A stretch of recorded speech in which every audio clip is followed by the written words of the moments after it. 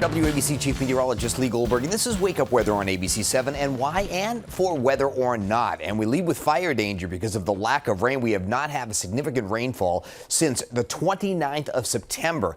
Now, over the next 7 days, there are some rain chances. Nothing crazy, but at least we might get some not only measurable rain, but some beneficial rain over the next 7 to 10 days. But our concern in the short term is that we're getting gustier on Friday and even drier with lowering humidity. So the fire danger continues to be elevated. And with the new drought monitor that was issued on Thursday, the entire area is technically under drought conditions. The Hudson Valley's in moderate drought. That goes down to New York City and Long Island. There are areas of severe drought which extend into northern New Jersey. And then you have an area of extreme drought over parts of Ocean County. So what does that mean? Well, now you're talking about water shortages. With this lack of rainfall, rivers and streams can run very low or dry. You can experience crop losses. Of course, we are out of the growing season, but can you damage future crops? Not out of the question. And then you have the fire risk that we've been talking about all along. Well, there's now a red flag warning that will take us through the day on Friday, and that's because we have gusts that could go even top 30 miles an hour. The humidity is going to start to drop below 30%. So please avoid outdoor burning. Any fires that form will spread rather quickly.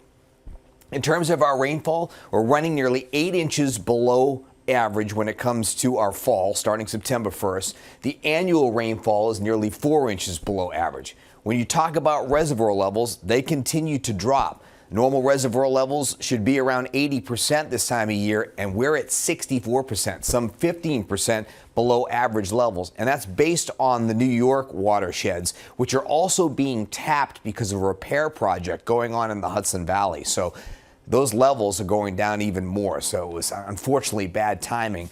Project necessary, but it's coinciding with the drought conditions. So far, in line for a second warmest fall here, but hopefully we're getting some rainfall moving forward. Climate Prediction Center beyond the 7-day has us in near normal precipitation. That would be just fine. We want to get out of the below normal stretches. And now when you look at our rain chances in the short term, we've got a chance later Sunday, especially Sunday night into very early Monday. And look at the higher chance of rainfall 1 week away, or a little less than a week away on Thursday. I'll talk more about that. The initial rain is probably going to come in over the weekend by later Sunday or Sunday night. Not a lot, but if you look at the shading here, maybe we fall on average around 1/4 inch around the area. At least it's something that can dampen the ground because we are going to be mild and dry early next week before the next rain threat.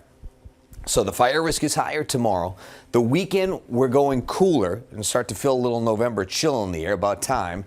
And we'll have some sunshine to start the weekend and then some lighter rain to finish the weekend. In the extended forecast, there will be a bump up in temperature early next week, Veterans Day and into Tuesday. Then we start getting cooler and maybe we have a moderate to heavier rain in about a week, around Thursday or so.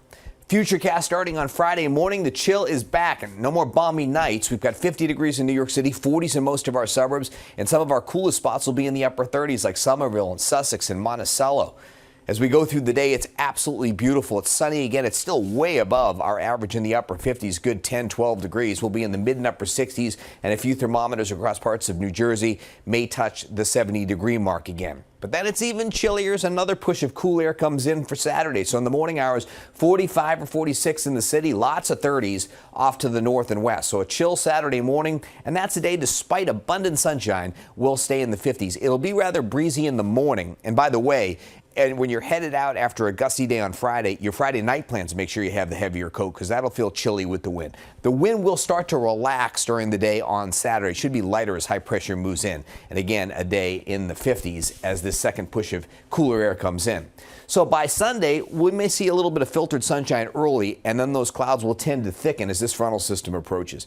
We'll probably get the bulk of the day in dry. Maybe our western suburbs start to see some light showers, and a period of light rain should come in Sunday night into very early Monday morning. It's looking progressive so that we're going to salvage most of Veterans Day. We may get off to a damp start, some early showers, and then the clouds actually start to break. So with clearing conditions and fairly mild too, should be a beautiful day, but it does get breezy. So then we're going to start to dry things out again. So our fire risk will become more elevated as it's breezy and bright on Tuesday, and hopefully winds start to diminish during the day on Wednesday. Let's check out the Gulf.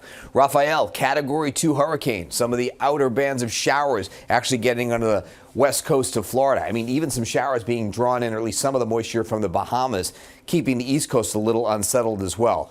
There's still some rain bands that are going over western Cuba, where the storm made landfall as a major Category 3 hurricane.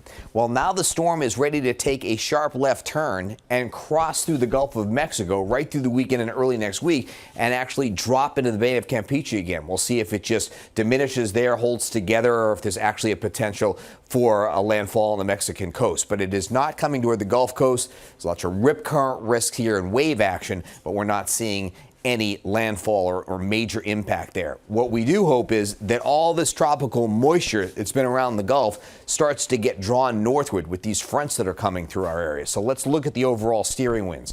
There's the cool shot that's coming in for the upcoming weekend.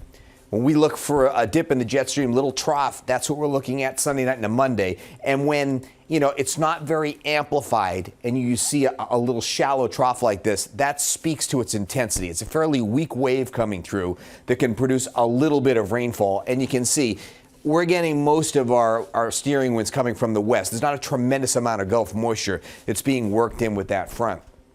So we get a little milder into early next week before another cool shot will start to come in Tuesday night into Wednesday. And then we start to see a little bit more amplified dip here on Thursday. So that's why I have some hope for some steadier rainfall. And what I've noticed developing on this particular computer model is that an area of low pressure may cut off in the western Atlantic. Depending on the strength and position of that approaching system from the west could weaken and fall apart, reacting to that, and that would choke off our opportunity for some steadier rainfall. But right now, this particular piece of guidance is standing alone. Our other modeling is suggesting no, we still have the chance for some significant rains from this wave coming through. So hopefully we'll lean toward the wetter solution right now with the rain chance on Thursday. And I think the chances there are somewhere closer to a half-inch of rainfall. Still a ways away, but that's what I'm thinking. Once we get into later next week, we'll start to see some milder air make inroads, because we're definitely going to be cooler later next week. And if you look at the climate predictions that are beyond the 7-day, it's still a very strong above normal signal in the east, while it's below normal out in the west. So it's more trough west, ridge east. Look at just the 10-day trend in temperatures. You have the cool Saturday, 59 Sunday, little mild pop for a couple of days. Then we drop cooler, that chance for rain on Thursday. And behind that system, it looks rather chilly, but temperatures start to moderate. And you see these yellows, that's actually above average. You have to keep in mind, it's hard to keep in mind normals when we've been so warm, 70s and even the 80-degree temperature in November. But this is technically slightly above average as we go into the weekend of the 16th and 17th. 7 in the morning on Friday. It's around 50 degrees, but definitely a chillier feel. The air is drier. The temperatures are a lot cooler. In our coolest spots, we're in the upper 30s. During the day, a gusty, bright, sunny day, and temperatures will be nice and mild in the upper 60s, but again, very dry, so we have the elevated fire risk. The gusts can go over 30 miles an hour. 45 on your Friday night, so have the heavier coat, clear, brisk, and chilly. 30s north and west. And here's your 7-day AccuWeather forecast. So while Sunday will be clouding up, I think it's dry much of the day. Late in the day off to the west, some showers might move in. Most of us probably wait until Sunday night to get a period of light rain that should end basically around sunrise on Veterans Day. Maybe there's a couple showers that last into mid-morning. Clouds will break for sunshine. Be a milder Veterans Day at 65. A breezy and bright day on your Tuesday, 62. A cooler shot of air comes in Tuesday night into Wednesday, so despite sunshine, we're in the mid-50s on Wednesday. It actually looks very comparable to the weather we're having on Saturday. And then by Thursday, here comes that system from the west with the opportunity for some beneficial rain. Your 7-day AccuWeather forecast. It's always on ABC7 and Y24/7. Thanks for listening to the Weather or Not. We'll see you next time, rain or shine.